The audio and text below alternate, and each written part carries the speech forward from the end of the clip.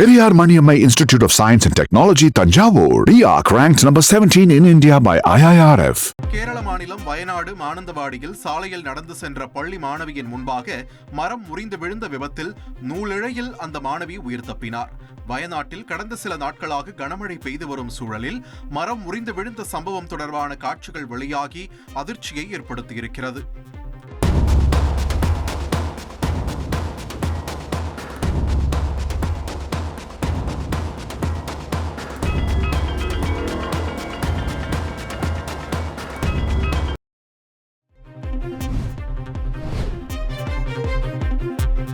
கேரள மாநிலம் கண்ணூர் மாவட்டம் பரசினிக்கடவு என்ற பகுதியில் கோவிலுக்கு சென்ற தம்பதியரின் கார் 35 அடி பள்ளத்தில் கவிழ்ந்து விபத்திற்குள்ளானது. கோவில் அருகே காரை தம்பதியர் நிறுத்த முயன்றபோது பள்ளத்தில் கார் விழுந்தது. தொடர்ந்து சிறு காயங்களுடன் தம்பதியரை மீட்டு அப்பகுதி மக்கள் மருத்துவமனையில் சேர்த்தனர்.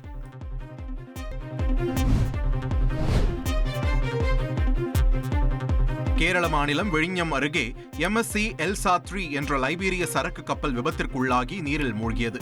இந்த விபத்தில் முந்திரி ஏற்றுமதி மேம்பாட்டு கவுன்சிலுக்கு சொந்தமான 6 கோடி ரூபாய் மதிப்பிலான முந்திரி கொட்டைகள் கடலில் மூழ்கியதால் தங்களுக்கு இழப்பு ஏற்பட்டதாக கூறி கேரள உயர்நீதிமன்றத்தில் மனு தாக்கல் செய்யப்பட்டது.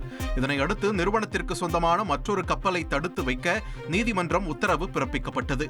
மேலும் கப்பல் நிறுவனம் நீதிமன்றத்தில் 6 கோடி ரூபாய்க்கான வரைவோலையை சமர்ப்பித்தால் கப்பலை விடுவிக்க முடியும் என உத்தரவிட்டிருந்ததை தொடர்ந்து கப்பல் நிறுவனம் நீதிமன்றத்தில் 5.97 கோடி ரூபாயை டெபாசிட் செய்தது. Periyar Maniammai Institute of Science and Technology, Tanjavur, RIAC ranked number 17 in India by IIRF.